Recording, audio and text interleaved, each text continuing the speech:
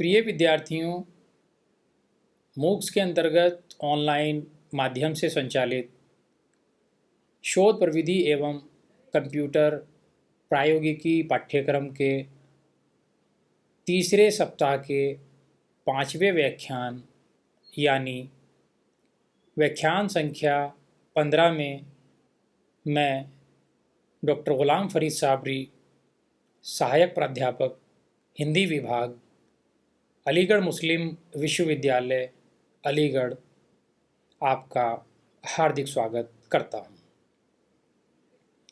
पिछले व्याख्यान में हमने शोध के क्षेत्रों को विस्तार से जाना। आज 15वें व्याख्यान के रूप में शोध हेतु संस्थागत समितियाँ, नियमों का सामान्य परिचय विषय के साथ मैं आपके सामने उपस्थित हूँ। शोध हेतु संस्थागत समितियाँ, नियमों का सामान्य परिचय विषय के अध्ययन के बाद आप शोध प्रवेश संबंधी नियमों से परिचित हो सकेंगे, शोध से संबंधित विभिन्न समितियों को जान सकेंगे और शोध कार्य के दौरान होने वाले विभिन्न कार्यों की जानकारी प्राप्त कर सकेंगे। तो आइए शुरू करते हैं शोध हेतु संस्थागत समितियां, नियमों का सामान्य परिचय।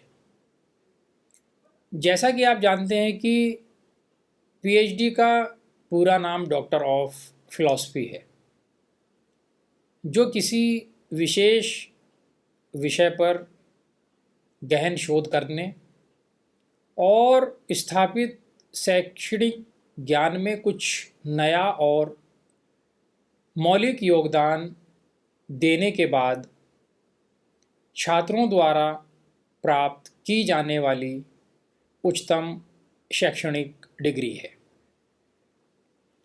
भारतीय विश्वविद्यालय अनुदान आयोग यानी यूजीसी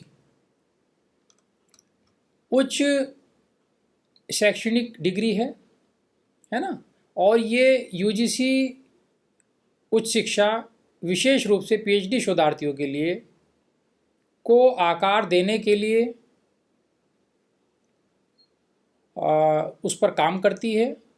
यूजीसी के दिशा निर्देशों के अनुसार आप इसमें देखेंगे कि जो यूजीसी के दिशा निर्देश हैं वो भारतीय विश्वविद्यालयों में कार्यक्रमों में गुणवत्ता, पारदर्शिता और शैक्षणिक कठोरता सुनिश्चित करने के लिए एक संरचित ढांचा प्रदान करते हैं।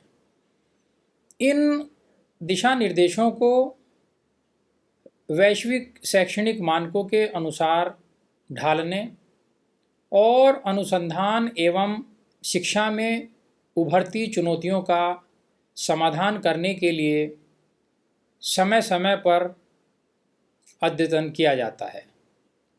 यह भारत में पीएचडी शोधार्थियों के लिए यूजीसी दिशा निर्देशों के प्रमुख पहलुओं पर गहनता से चर्चा करता है और इच्छुक शोधकर्ताओं के लिए एक विस्तृत और व्यापक मार्गदर्शिका प्रस्तुत करता है। भारत में पीएचडी में प्रवेश मान्य प्रवेश परीक्षा के अंकों पर निर्भर करता है। पीएचडी पाठ्यक्रम काफ़ी हद तक शोधार्थियों द्वारा चुने गए विशेष विषय क्षेत्र पर निर्भर करता है, जिन्हें भारत में पीएचडी अवधि के अंत में शोध निष्कर्षों पर आधारित एक अंतिम थीसिस प्रस्तुत करनी होती है। अब बात करते हैं कि पीएचडी प्रवेश के लिए जो पात्रता मानदंड हैं वो क्या हैं। तो भारत में पीएचडी करने के लिए उम्मीदवारों को यूजीसी द्वारा निर्धारित विशिष्ट पात्रता आवश्यकताओं को पूरा करना होता है। ये मानदंड सुनिश्चित करते हैं कि केवल योग्य व्यक्ति ही डॉक्टरेट अनुसंधान करे। इसमें सबसे पहले आता है आपका शैक्षिक योग्यता। उम्मीदवारों के पास किसी मान्यता प्राप्त विश्वविद्यालय से संबंधित क्षेत्र में न्यूनतम 55% अंकों के साथ मास्टर डिग्री या समकक्ष होनी चाहिए। अनुसूचित जाति, अनुसूचित जनजाति, अन्य पिछड़ा वर्ग, गैर करीमी लेयर, दिव्यांग वर्ग के उम्मीदवारों के लिए नियमानुसार छूट प्रदान की जाती है। अब बात करते हैं प्रवेश परीक्षाओं की। पीएचडी कार्यक्रमों में प्रवेश के लिए आमतौर पर राष्ट्रीय या अंतर्राष्ट्रीय स्तर पर परीक्षाएं होती हैं। यानी विश्वविद्यालय स्तर की प्रवेश परीक्षा आपको पास करनी होती है और यूजीसी नेट, सीएसआईआर नेट या संस्थान विशिष्ट परीक्षाएं उत्तीर्ण करना आवश्यक होता है। जेआरएफ, जूनियर रिसर्च फेलोशिप जैसे फेलोशिप के लिए अर्हता प्राप्त करने वाले उम्मीदवारों को अक्सर विश्वविद्यालय की नीतियों के अधीन प्रवेश परीक्षाओं से छूट दी जाती है। इसमें व्यावसायिक डिग्रियों के लिए भी कुछ छूट है। यानी एमबीबीएस, बीटेक या एलएलबी जैसी व्यावसायिक डिग्रियों वाले अभ्यर्थी भी पात्र हो सकते हैं, बशर्ते वे आवश्यक शैक्षणिक मानदंडों को पूरा करें और प्रवेश प्रक्रिया उत्तीर्ण करें। तो ये जो पीएचडी का कार्यक्रम है उसकी प्रवेश प्रक्रिया क्या है उस पर बात करते हैं। यूजीसी पीएचडी कार्यक्रमों के लिए योग्यता आधारित और पारदर्शी प्रवेश प्रक्रिया पर जोर देता है, जिसमें प्रवेश परीक्षा और साक्षात्कार दोनों शामिल हैं।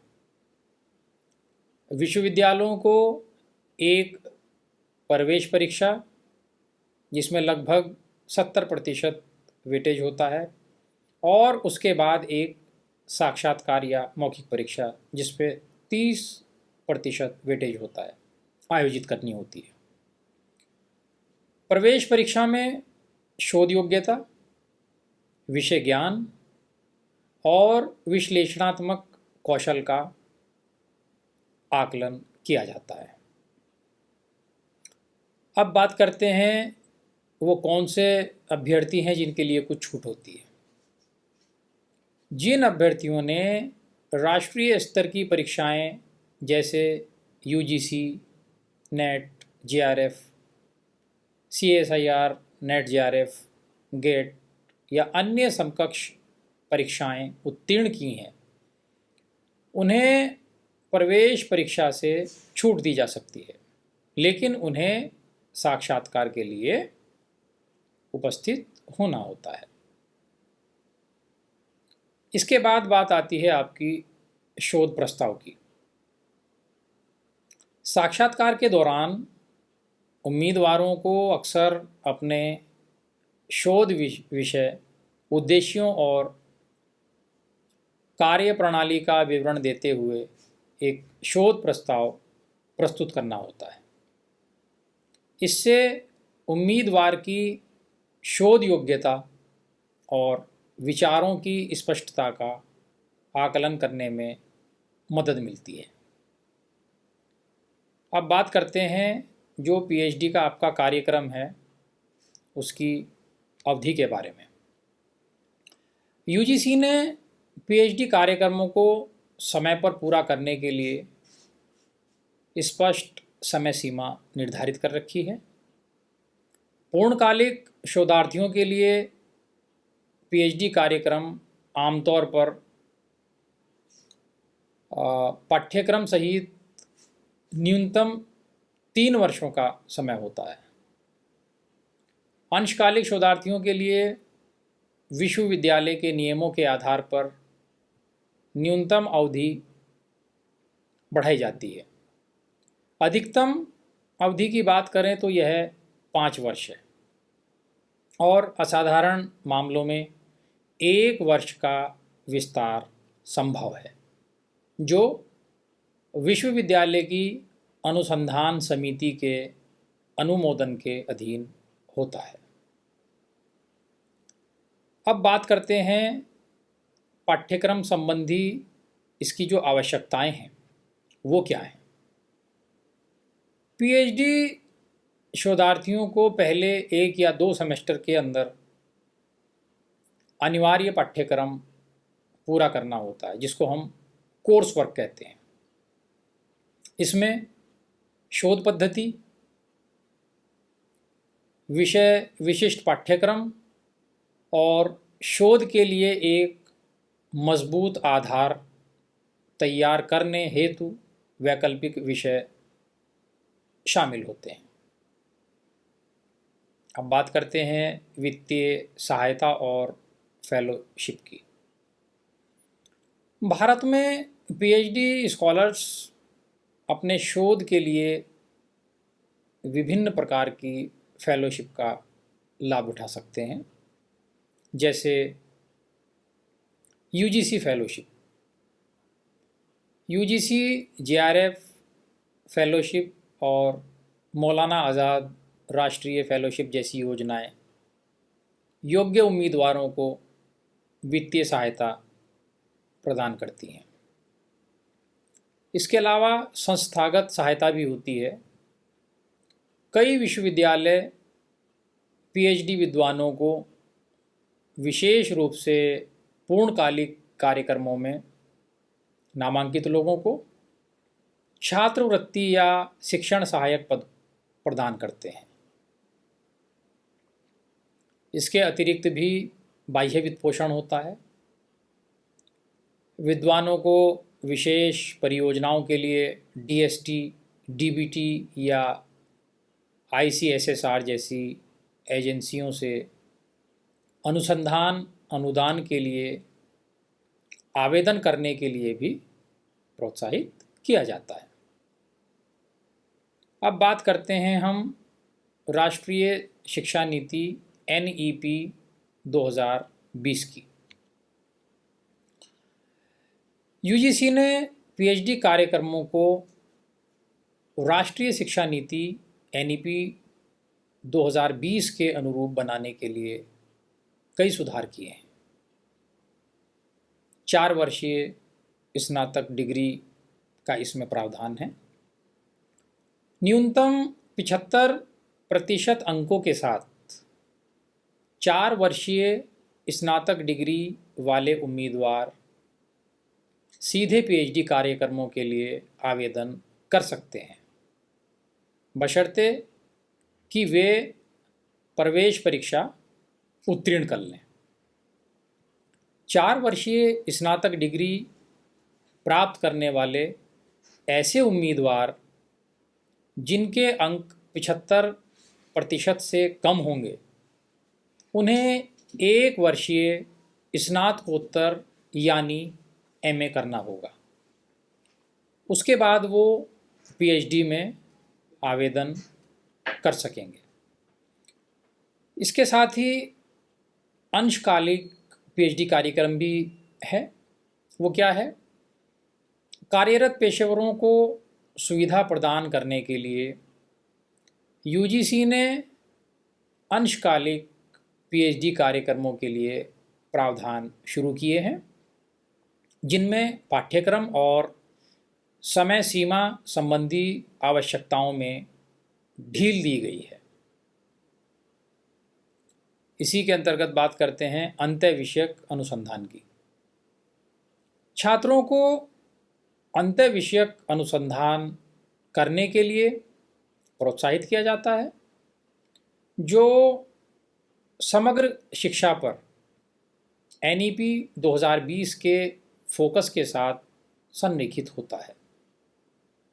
इंजीनियरिंग, प्रबंधन, कानून, विज्ञान, मानविकी, वाणिज्य, जनसंचार, फार्मेसी आदि जैसे विभिन्न शैक्षणिक विषयों में PhD पाठ्यक्रम किए जा सकते हैं। PhD कार्यक्रम के प्रथम वर्ष में, जैसा कि मैंने पहले भी बताया, छात्रों को अनिवार्य पाठ्यक्रम पूरा करना होगा, जिसे PhD कोर्स वर्क कहते हैं। यह पाठ्यक्रम छात्रों को उनके शोध कार्य के लिए एक ठोस आधार तैयार करने में मदद करेगा। पाठ्यक्रम पूरा करने के बाद छात्र शोध चरण में प्रवेश करते हैं। इस चरण के दौरान आप एक संकाय सलाहकार के मार्गदर्शन में अपने चुने हुए विषय पर मौलिक शोध करेंगे।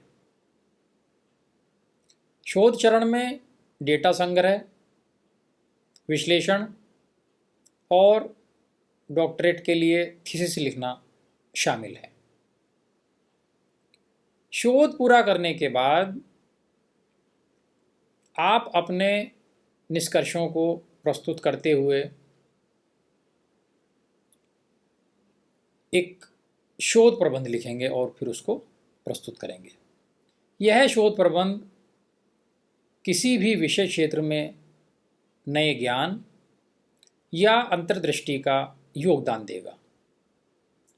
थीसिस जमा करने के बाद आपको विशेषज्ञों के एक पैनल के सामने मौखिक परीक्षा देनी होगी। इस मौखिक परीक्षा में आप अपने शोध निष्कर्ष प्रस्तुत कर अपने शोध कार्य के बारे में बताएंगे और परीक्षक के प्रश्नों के उत्तर देंगे। इस प्रकार आपकी शोध यात्रा पूरी होगी। ये तो रही प्रवेश से संबंधित बात और क्या क्या आपको करना है। अब बात करते हैं हम अनुसंधान सलाहकार समिति की। जो आपकी अनुसंधान सलाहकार समिति यानी RAC है, ये विशेषज्ञों का एक पैनल होता है जो रणनीतिक मार्गदर्शन प्रदान करता है, अनुसंधान गतिविधियों की देखरेख करता है, प्रस्तावों का मूल्यांकन करता है और किसी संस्थान जैसे विश्वविद्यालय या अनुसंधान संस्थान के भीतर अनुसंधान की गुणवत्ता और नैतिक आचरण सुनिश्चित करना इसका काम है। इसके कार्यों में अनुसंधान प्राथमिकताएं निर्धारित करना, संसाधन आवंटित करना, प्रगति की समीक्षा करना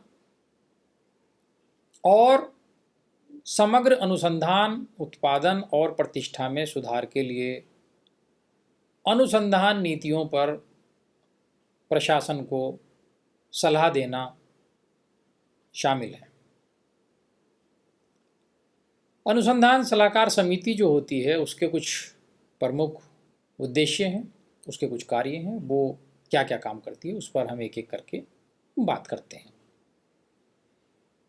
सबसे पहला जो उसका कार्य है वो है रणनीतिक योजना। संस्थान के मिशन के अनुरूप अनुसंधान उद्देश्यों, प्राथमिकताओं और दीर्घकालिक रणनीतियों का विकास और परिशोधन करना। ये इसका जो रणनीतिक योजना है उसको लागू करना। दूसरा है प्रस्ताव मूल्यांकन,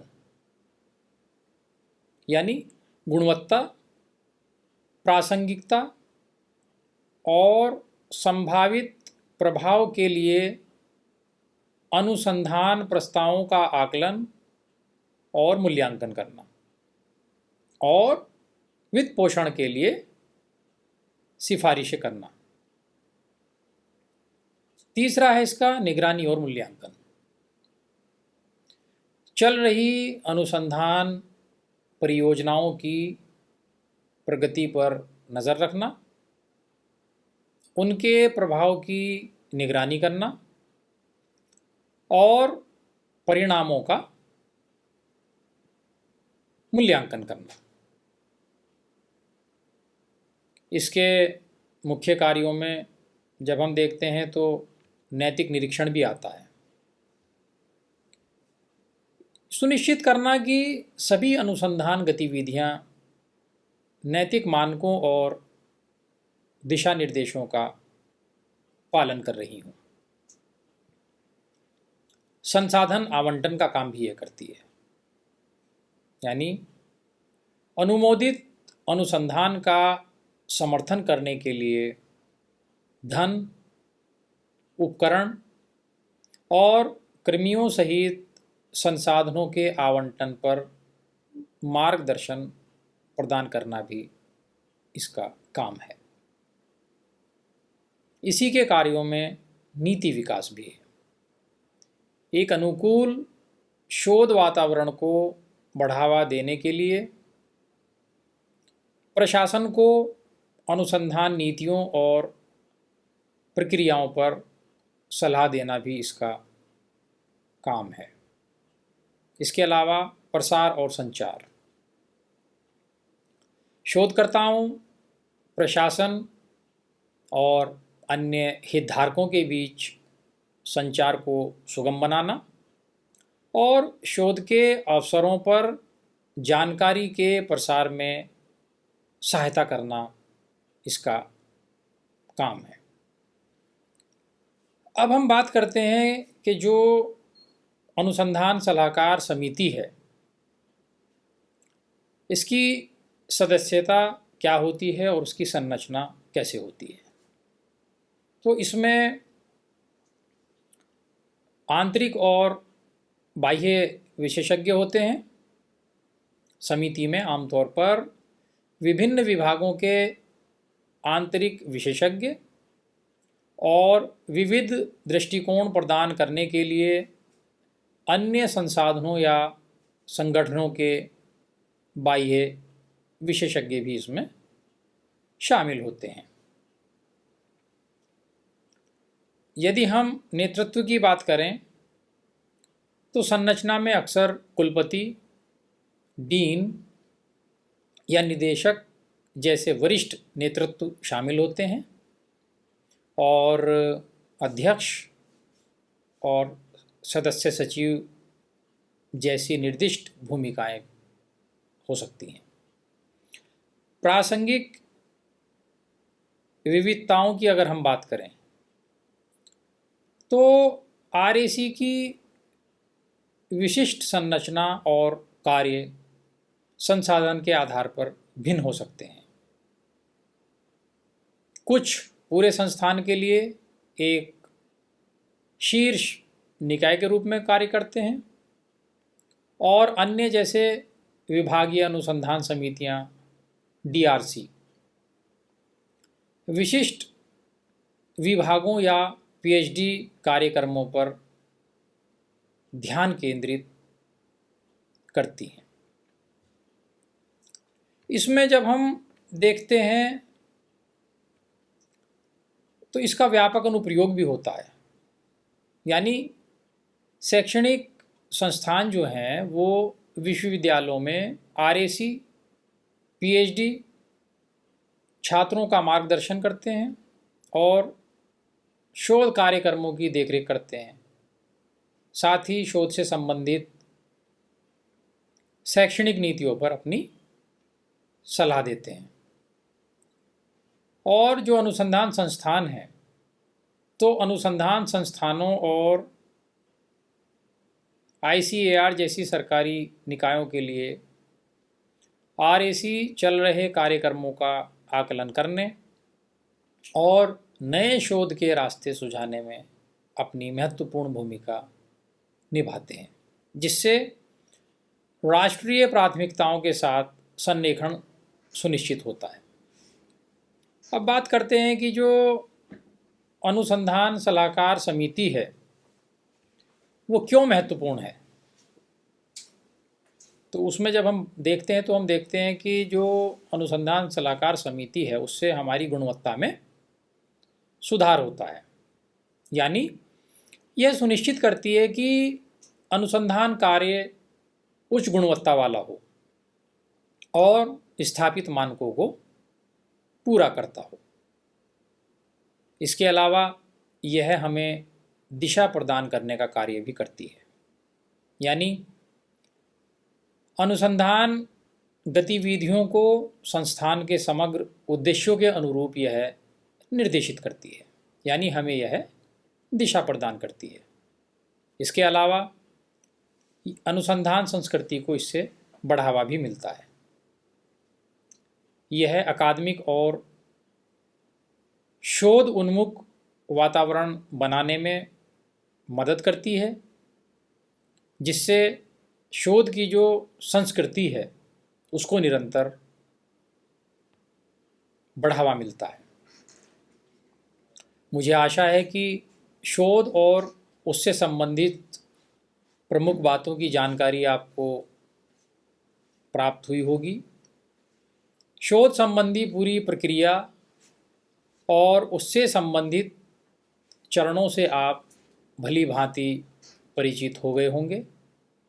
अब आज के व्याख्यान को हम यहीं समाप्त करते हैं।